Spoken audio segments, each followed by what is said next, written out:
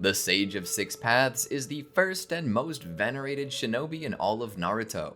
I think my boy Hamura needs some more attention too. As a little brother myself, sometimes the little tree needs some light too, am I right? Anyway, the Sage of Six Paths was the creator of Ninshu, a form of ninjutsu whose only technique was talk no jutsu. Alright, maybe I jest a little. Hagoromo had a lot of cool techniques, but at the core of his philosophy was connection, to understand people on a deeper level. Not so much the fun facts about them, such as their birthday or anything like that though. I assume you get bonus points for knowing these things. He preferred to know people on an emotional level and build a bond of love. This was something his son, Asura, managed to do in all of his incarnations. But there are times when I wonder what would have happened had Hamura and Hagoromo as well as Indra and Asura traded places. What if Naruto were the Sage of Six Paths? Welcome to the Amagi. Before we begin, we publish a new video every day, so be sure to subscribe to our channel and ring the bell to get notified about our latest videos. The Amagi's reach stretches beyond just this channel, so if you're a fan of us, please consider subscribing to our other channels and following us on all of our social media. Help us reach our goal of passing 100,000 followers on all of our accounts by the end of the year. Her name was Kaguya Otsutsuki, the rabbit goddess. She was beautiful, loving, kind, uncaring, cold, merciless. These were the things often used to describe her. But the rabbit goddess, of whom they did not remember where she came from, was pregnant. Yes, she had two little divine peas in her pod. After Tsukiyomi had been cast, many humans regained their autonomy, but had been forced to forget everything that happened. They went about their lives. Now, Kaguya was a different flavor of Otsutsuki altogether. I suppose compared to her brethren, she would be considered a saint, but when compared by human standards, she appeared as a cruel deity who every so often demanded a blood sacrifice to satiate her lust for power. But who was she really? Why? Her methods were so unorthodox. Why did she not end the world? Was it because there was no moon?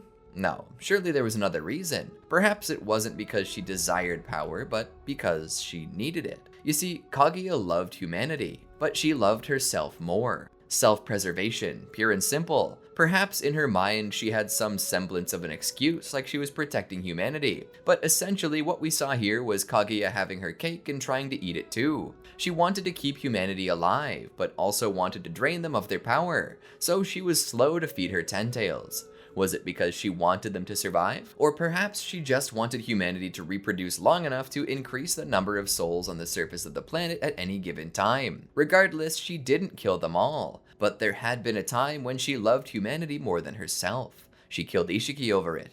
But instead of usurping the fruit immediately, she instead held off to live among the humans, as if she couldn't decide if they should live or die. It was at that time that she met Tenji. He was an emperor, a powerful man. Well, powerful by human standards. And that wasn't really all that powerful compared to an Otsutsuki, but alas, she became one of his concubines. She lived with him for a while, and now he's dead because of a dispute, but also Kaguya-sama is preggers now. So I'm sure you understand. She sits as a queen, but soon shall have heirs. She eventually gives birth, and the eldest she names Indra, and the youngest she names Asura. The two boys grow in her shadow. They too possess chakra, which was irksome to Kaguya. But being a mother, she loved her babies and would not take it away from them, as removal of their chakra would surely result in their deaths. Uniquely, one of the babies possessed her eyes, Indra. The other though, he was different, kind of a dud. Poor boy was weak and not very smart and had the luck of an ice cream cone in a volcano. But there was something within him that was pure, innocent. As the children grew, Indra would always display his independence, while Asura was always the one waddling to Kaguya, hoping to get in her lap. It was because of this loving nature that she could never turn her back on Asura. The Otsutsuki weren't like other clans. They didn't really have a strong relationship with anybody in their clan. If you weren't strong, you were sent to become Jubi chowder for someone stronger. As she looked back on her life though, she realized that she wasn't that different from little Asura. She had no strength or power, but the heart within this child warmed her from the core to the extremities. His chakra was being used differently. He wasn't using it to make fire or lightning or control the elements like mischievous little Indra was doing. No, he was using his chakra to connect with mommy. In these little mother-son bonding moments, it was as if they'd become one person again. She could sense his emotions as he could sense hers, and her heart felt all the more full for it. There had been a time when she had considered taking the chakra back after their birth, but now she felt like a fool for ever having considered that. If she had, she'd be missing out on this. But suddenly, Ashura's eyes opened up as he looked up at her with his pure white Byakugan. He shook a little. Kaguya sensed that he was feeling afraid. It was then that she realized her mind had wandered back to the Ten Tails, back to the Otsutsuki, back to Momoshiki. Her anxiety was causing the little fella grief, so she took a couple deep breaths and focused her mind back on Ashura. The boy began to smile again. She would rock her sons to sleep at night and sing them an ancient lullaby she had once heard as a child. A song about the countless stars, about taking it all in your hand and being the best that you could possibly be. But alas, the tone in which she sang it was different. The song was originally about conquering other worlds, about killing and evolving into an ultimate creature. Kaguya no longer felt like she wanted to evolve and conquer. She was happy here on Earth with Indra and Asura, and if she never saw another Otsutsuki, it would be too soon. But now she felt like she needed to evolve, because she knew eventually the stronger among them would come. She needed to be ready. She wasn't weak at the moment by any means, but she knew that by the time Momoshiki showed up, she would be outclassed. So she needed it. She needed another chakra fruit, and sadly that demanded sacrifice. For her, she sang a new song for them. A song where the world was in their hands, not to conquer or destroy or harm, but to explore and learn, and be the best they could possibly be. She wanted them to be happy and to be who they wanted. She looked at Indra. Honestly, she knew he was a free spirit in his own right, but she had hoped he would learn from Ashura. This was part of the be the best that you can be part of the song. These two brothers were twins, cut from the same cloth, half of the same whole. She just wanted them to be happy and to learn from one another. She so desperately wanted to see what was inside of Indra's heart, but that he kept closely guarded. Not even Ashura was let inside, and everyone let him inside. The boy had essentially become her empire's mascot. She kissed them both to sleep. As the boys grew, they became wiser and stronger, but not in equal measure. The boys were like fire and ice, but some things never changed. Anytime Kaguya turned around, Ashura was around her waist in a hug. He was her sunshine. Anytime she remembered the Otsutsuki, he was there. It's like he sensed when she was terrified and hugged his mother to give her comfort. And that's exactly what she felt. But all the while, Indra from the outside would look in on them. He would watch Kaguya laugh with Ashura and hold him high in the air. He would watch her sit him on her lap. But more than once, Indra would walk in and sit on his mother's lap, and she almost showed annoyance at this. What was wrong with him? Why didn't she like him as much as Ashura? The sun was shining overhead, and Kaguya stood between her children. She hoped that it would never come to pass, but she knew without a doubt that if it ever did occur and Kaguya couldn't defend them, they needed to be ready to defend themselves. And so sparring was always the cure. Ashura was having a hard time keeping up with Indra, and Kaguya was beginning to simply believe that Ashura was a lover, not a fighter. Unlike his brother, who was a fighter and less a lover. But as the spar began, she noticed unusual ferocity in Indra's actions. "Slow down, Indra. Your brother can't keep up," she said. He looked to his mother, his Sharingan active. "He needs to learn or he'll never be good for anything." Kaguya noticed this in his eyes. There was hatred. Kaguya stood. "Stop this, Indra." Indra weaved hand signs and breathed out a large puff of fire. Ashura raised his arms to defend himself. He didn't know any ninjutsu, and Indra knew this. There was a cry as the flames touched flesh. A huge gust of wind suddenly blew the flames out. Kaguya ran over to Ashura to look at him. In her rage, she turned around and backhanded Indra. "Get out of my sight before I reclaim the chakra I gave you," she shouted at the boy on the ground. Indra was startled by this outburst, and for the first time since he was a baby, Indra began to cry. He got up and ran off. Kaguya knelt down by Ashura. The left side of his body, as well as the palm of his right hand, was burned. He was wailing, tears of agony going down his cheeks. Kaguya went to pick him up, but her touch caused him to recoil in pain. She looked down at him. "Ashura!" She began attempting to heal his wounds. The process wasn't easy for either of them. To heal, Kaguya had to lay hands on him, which caused Ashura to wail in pain. She couldn't help but shed tears with every moment that passed by, because as Ashura was in pain, he subconsciously started vibing out the pain he was in through his chakra. Perhaps a self-defense mechanism designed to tell people he was hurt without being able to talk. And as Kaguya took it in, she felt all of his emotions. His physical pain and his emotional pain. Indra's attack had not only hurt his skin, but his heart. There was confusion, as if Asura was asking why his brother would hurt him like this, and there was sorrow, feeling like he was being hated for no reason. Kaguya kept up the process, and eventually she managed to heal her son. However, there were some scars still left on his body, and these scars were painful. After that, there was no more sparring. In fact, she prohibited Indra from practicing ninjutsu anymore. Her harsh words hurt Indra too. One night, he crawled out the window. The boy would rush off into the night towards the mountains. He wanted to be alone. Where best could he go other than to the god tree? Nobody ever went there. Nobody would ever suspect him of going there. He climbed the mountain under cover of night, the full moon the only thing leading him. All the while, Kaguya was in her bed. This night, she was letting Asura sleep with her. She knew his scars hurt, so she was using her own chakra to numb the pain.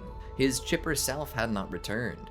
These scars had not healed, and she wondered if ever she could get them to heal. The first step was making Indra make up with him, but therein lay the issue.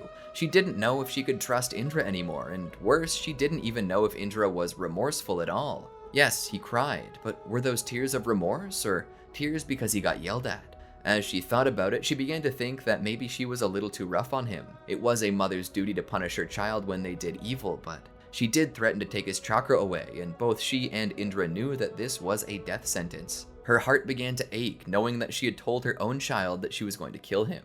She called a servant to the room. When the servant entered, Kaguya slipped out of bed and whispered, telling the maidservant to stay by Asura and to let him know that mommy was just going to talk with Indra, and that she would be back soon. The servant woman nodded and sat by the bed. Kaguya walked through the house to Indra's room. The door was closed. She opened up the door to see a lump under the covers. She walked in and knelt down by the bed. "Indy," she asked. "Indy, are you still awake?" She thought that maybe he had cried himself to sleep, but she didn't find it very healthy for the boy to be sleeping under this many layers. Surely he would get hot. It was summer after all, and she didn't want him to suffocate. So she gently pulled the covers down, but to her surprise, she saw nothing but pillows. She stood. "Indra?" She looked under the bed. "Indra!" She opened the closets. A manservant came to the door when he heard her.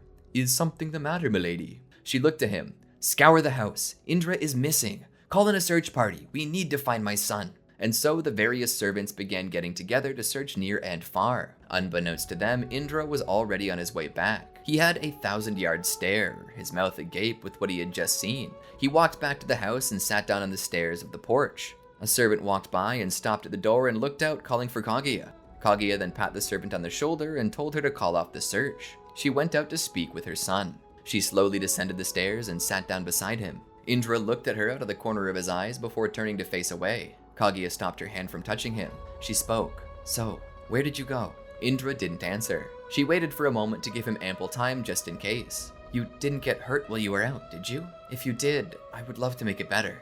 He shook his head. Kaguya just sat there on the stairs for a moment. "I'm sorry." Indra's ears twitched at the sound of the apology. Kaguya continued. "I didn't mean what I said, Indra. I struck you, and that was not a proper reaction. You deserved punishment, yes, but I feel as though I went overboard by striking you like that. Can I at least see your cheek, please?" He looked back at her, tears in his eyes. She noticed a blue patch. She didn't think that he had hit him this hard. She put her hand gently on his cheek to heal it. She looked into his large, glassy eyes and spoke. "When I said that I would take your chakra away, I didn't mean it, baby." Tears dripped from his eyes. Kaguya looked down at him. "You never have to be scared of me. I swear on my life, and let me be cut down and killed should I break this oath. I will never take your chakra away from you. I won't kill you, my precious son. That I swear to you now." She pulled Indra into her bosom to hug. She had told him not to be afraid, but Indra was afraid. He went to the mountain. He saw the god tree. He knew what happened to the people sent to serve it. He knew what his mother was doing to people, and it terrified him. After a moment in her embrace, Kaguya rose and offered her hand. "Come, I want you to see Asura." She led Indra in to see Asura. Asura looked over and saw Indra and recoiled for a second. Kaguya walked to Indra and put her hand on his shoulder and looked down to him. "Go on." Indra looked up at her and said to Asura, "Sorry." Asura sat there for a second, just looking at him, and then he looked up to Kaguya. She smiled. "Don't you have something to say, Shuri?" Asura looked down at Indra. "I forgive you." Kaguya smiled, hearing the two children make up. Deep down, though, Asura knew that Indra didn't mean it. Scariest thing of all, Indra didn't regret hurting him. In fact, Indra was glad. He was glad at seeing how badly Asura had been hurt. But then why was he apologizing? Asura sensed an unusual amount of fear from Indra. Had Mother threatened him? Asura decided to let it go. And even if the apology was hollow, he would forgive him specifically because he loved him. And that was the last time they spoke on that situation. Years passed, and Indra and Asura had grown up into strong young men. Ashura's burn scars never truly went away, and they continued to hurt night after night, but he was coping in his own way. Laying in bed at night, he would clear his mind, let his worries go, relax his muscles, and focus only on his breathing. This helped him take his mind off the pain and helped him get to sleep quicker. Indra, of course, always seemed tired. He always had dark circles around his eyes. Or perhaps that was just emo eyeliner. Kaguya ruled the people as she always had, like a business or a life support system for her own happiness. Asura was basically her ambassador, and he had a way with words. These words eventually caught the eye of a girl about his age named Haori. Haori was a kind and gentle woman, beautiful and possessing of an open heart. The two fell in love almost immediately, and it was believed by the two that they should wed. Ashura would go to his mother and tell her about it. He would speak of the girl with long dark hair, whose eyes glowed like the sun and whose smile was like sunshine. Kaguya listened to the way he spoke, and she felt a sudden fear in her heart. At first, she attempted to shut it down. She said that no son of hers would marry a peasant girl. Ashura was stunned. Kaguya told him that he would be better to wait until the perfect spouse arose. To be honest though, this had far less to do with Haori and more to do with Kaguya. She loved her son dearly and found that his kind heart was the only thing helping her maintain her sanity. Her reasons for this were completely selfish. Ashura, however, did not give in as was expected. So often he'd defer to his mother's wishes no matter what they were. Today though, he instead decided to fight back. He was refusing her. He refused to give up on his and Haori's love, and this became the first real argument that Ashura and Kaguya ever had. Ashura rushed to his room and closed the door. Kaguya sat there in shock, unsure of what to do now. Unbeknownst to either of them, Indra was listening in. As Ashura lay in his bed in his room, he contemplated everything he was facing and eventually decided that he would sneak out of the castle and run away with his love to elope. All the while he was planning his escape, Indra had shown up at the home of Haori. She sat up in bed and looked to the door where she saw a single dark silhouette against the moonlight, and only a pair of ruby red eyes looking in at her. "Haori," he said. She looked up. "Lord Indra, what brings you to my house?" He stepped in and lit a candle. "I come with a request from my mother. She has heard the plight borne by you and Ashura in regards to your love." Haori listened in as Ashura continued. "She's skeptical of allowing her son, an heir to her throne, to marry a low-born peasant." This brought a look of sorrowful disappointment to Haori's face, but her expression perked the moment she heard Indra say, "But she has decided to overlook this if you do one thing to prove your loyalty." Haori stood. "Anything." Indra smiled. "She asks that you serve the god tree for 1 year. At the end of this year, she will give you her blessing, and you and Ashura will marry." Haori smiled. 1 year. That will be nothing to wait for. I'll do it." Indra's smile grew. "Good. Now let's write my mother for Ashura. Your words and reasoning will be better for him than mine or my mother's explanation." Haori nodded and began to write him a letter. Ashura had already put together a pack of all the things he would need. He would step to the window and throw one leg over the side. As his hand grabbed the window frame, he saw the burns on his body. Oh, how many times had these scars hurt him, and his mother coddled him until the pain had subsided. But for that reason, he felt a sudden sorrow in his heart. But this feeling was quickly replaced by happiness and excitement, remembering that these same scars had been salved by Haori's love and affection during the times they'd been together. And so he climbed out the window. At this time, Kaguya sat upon her throne thinking, contemplating the fight. She began to feel that she was wrong in what she had said. She was just so scared of losing her son. She was clinging so tightly that she had finally realized the truth. She needed him more than he needed her, and that hurt to admit. But at the same time, she remembered an old saying, "If you love someone, set them free." And that pain in her heart ached, but she loved Ashura more than she loved herself. And so she stood from her throne and made her way to his bedroom and knocked. Each moment she waited, she felt as though she might die. She heard her heart beat and felt the stress welling up inside of her. But she loved her child, and his happiness would be her happiness. She knocked again and heard no response. She opened the door only to see that he was gone. Ashura raced to her home where he knocked. "Haori! Haori, open the door!" He called out as he looked behind. "Haori!" "She's not here," a voice said. Ashura turned back to see Indra standing there. "Indra!" Indra stepped forward. "She isn't here anymore. This is why." He held up a letter and showed it to him. Ashura took the letter. It was Haori's handwriting. It said, "To my love, my light, and my life. Dear Ashura, our love was contested, and I know this must frustrate you. But your mother, in her infinite kindness, has decided to bless our wedding should I do one thing to prove myself. For 1 year, I will go to the mountain and serve the god tree. While there, my thoughts shall only be of you and the day that I will be free of this duty, so that I may once more take up the duty I have in you. I cannot wait for you to hold me in your arms and fulfill our dreams together. Yours faithfully, truly, and always with love and affection, Haori. Asura looked it over. What is this? Mother has decided to accept our marriage? Indra shook his head. No, this is not Mother's acceptance. There's a dark secret about our mother that you do not know. It's why our mother and ourselves are the only ones to be born with chakra, and it's why the surrounding nations are beginning to die of starvation. Ashura was confused. Indra put his hand on his shoulder and spoke. I must show you the truth I've discovered. The truth of the god tree. And so Indra led Ashura up the mountain. They continued to trek to the top until it came into view. The tree. At the roots there were bodies, drained dry of their chakra. Indra spoke. This is what it means to serve the god tree. Our mother sent Haori to die. Tears welled up in Ashura's eyes. No, that isn't true. Our mother isn't like this. Indra sighed. You always refuse to see what's before your own eyes, my ignorant little brother. Our mother is not a good person. She never was. And it will only be a matter of time before we too end up here. Ashura stepped out. Haori! Haori! He fell to his knees as Indra came up behind him. It's too late, Ashura. She's already been absorbed. Your love is gone.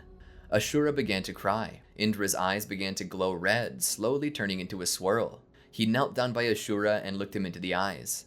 Is life really worth living without Haori?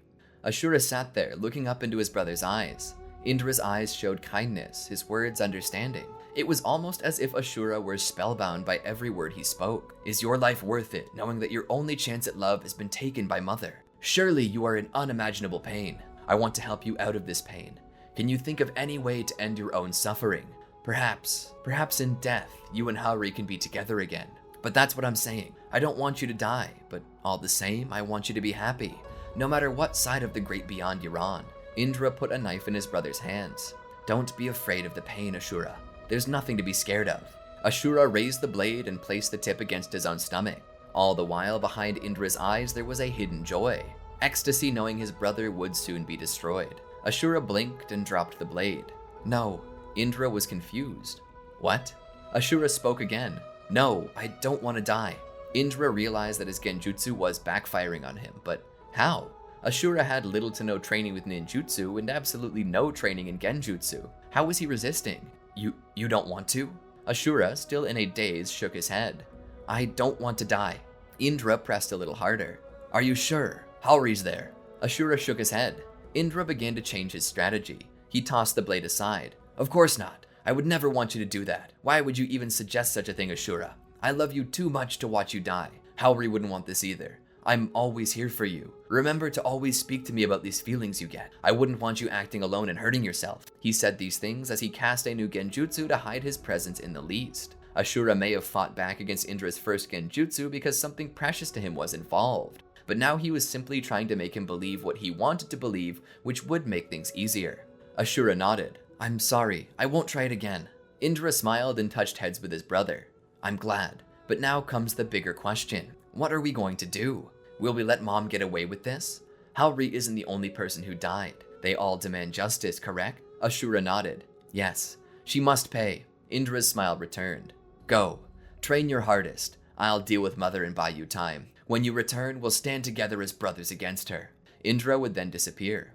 Kaguya sat upon her throne in worry, wondering what had happened to her son. She assumed he had run away to marry that girl. She was sad because things were left on such a bad note. She wanted to put things right first, so she began to send out a search party. It was then that Indra rushed in, tripping on himself, his hands and clothes covered in blood. Kaguya stood up. Indra, what happened? She rushed to her child and held him up. Are you hurt? What happened? Indra looked up. Mother, it's Ashura. I found him. He and his lover, he managed to force out a tear. They killed themselves. Kaguya was startled by this. What? Indra nodded. They too killed themselves. They did not wish to be apart, and if you wouldn't let them be in love in life, then they'd be in love in death. Kaguya didn't wish to believe this, but Indra insisted it was true. He led her to the location, Haori's home. Within there were two bodies, that of Ashura and that of Haori. Kaguya came to Ashura's side and held him up. Both had committed harakiri, knives deep within their stomachs. Indra presented a letter. It read like this: "Let this letter be our last mark on this cruel and unfair world. Love is what keeps us alive, and if one refuses to accept our love, then they refuse to accept our lives, and thus must accept our deaths. Nobody will keep myself and my love apart, and so we have decided to shed this mortal coil and move on to the afterlife, where we can be happy, together, for eternity. The final farewell is to you, Mother, Asura." Kaguya read this and broke down into tears. All the while, Indra lingered above her, fighting a smile. It was tricky setting up a scene like this. He had hoped originally that he could convince his brother to commit suicide over his love, but when Asura refused, Indra believed he could make use of him later. The letter, of course, was written by Indra himself. He had studied Ashura's handwriting via his Sharingan, but the real trick was the bodies. Asura indeed was still alive, but Indra needed to prove him to be dead. So he cast 2 villagers under Genjutsu with his Mangekyo and proceeded to force them to use the Shadow Mirror body changing method to permanently transform their bodies into that of Ashura and Haori, before walking them back to this house and forcing them to kill themselves. In doing so, he got blood on his clothes, but this didn't hurt his story at all. In fact, it helped sell it. It portrayed him as the brother who cared enough to cradle his dying brother. He could play sympathy off this. In secret, though, he hoped that this would be enough for his mother to commit suicide. He would one day have her throne and her power. Maybe she would never steal his chakra, but he was intent on stealing hers. He would take her power, and he would claim her god tree, and the next chakra fruit it bore. And by that time, no matter what training Ashura did, he would never beat him. Ashura had wandered in the wilderness for days. He was beginning to lose hope. Having run out of food and water, he collapsed by the stone he felt he had walked by 3 times already. No matter which direction he took, he always ended up back here. He hit the ground, unable to go any further, and began to accept the fact that he might die. It was then that a toad landed on his head. Ribbit. He could barely respond to it. It jumped from his head and landed before him. Ribbit. Ashura managed to raise his head to look. He wondered if he might be able to survive by eating this toad. His hand reached out and he attempted to grab it. "Hey, watch out, you moron. I'm not for eating." Ashura heard these words and his tired eyes widened as far as they could. Oh, great. I'm hallucinating now. His face lowered into the dirt in front of him. "Oh dear, looks like you need some help." Ashura wasn't sure how long he was out for, but he remembers waking up under the low-hanging leaves of a tree, being tended to by toads. His eyes open. "Where am I?" The toad that rescued him spoke. "You're on Mount Myoboku, home of the Toad Sages." Mount Myoboku? Ashura was confused. He had never heard of this place before. His expressions didn't change. The toad spoke. "What's the matter, child? Why are you so upset?" Ashura spoke. "I come from a land of plenty, ruled by my mother, but I came to learn a horrible truth. My mother is an inhuman monster who's been killing our citizens to increase her power, and in the process, she killed the one girl I loved in this world." The toad nodded. I see. And so you left to escape her?" "No," Ashura said. "I left to grow stronger. I love my mother, but she needs to be stopped, no matter what the cost. If I don't, not only will the people of my kingdom be sacrificed, but my mother will also allow the surrounding kingdoms to perish through starvation, as her god tree is absorbing all the life in the soil." The toad's eyes widened a little to show how serious this had become. "Your mother is killing the earth with her god tree. It sounds like it's absorbing nature energy, and she gains power from this energy?" Ashura nodded. The toad spoke. "Then I shall teach you our techniques. I will teach you how to fight back, and how to absorb nature energy on your own. I'll make you into a sage. Tell me, child, what's your name?" "My name is Ashura Otsutsuki." The toad smiled. "It's a pleasure to meet you, Ashura. I'm Gamamaru." And so, Ashura rested for a few days and continued to be fed by the toads. It was hard to survive starvation on this mountain, as the toad's idea of food was something that you could only eat if you were in a real Hakuna Matata mindset. But eventually his strength did return and he was able to begin his training. This consisted of meditation and nature energy absorption. "Remember," Gamamaru told him, "to absorb nature energy, one must be like a tree. A tree does not move. It merely takes in CO2 and converts the carbon, taking it into its trunk before releasing the oxygen out. Be like a tree. Do not move. Merely take in what's already around you as if you were photosynthetic." Ashura did as he was commanded, but slowly began to mutate. Gamamaru beat the energy out of him with a stick. Ashura rubbed the back of his head in agony. "Remember, taking in sage energy is like breathing. Don't keep sucking in air until your lungs explode, you gotta let some out. Know your limits and don't go beyond a perfect balance." "Sorry," Ashura said. Gamamaru laughed. "You're doing fine."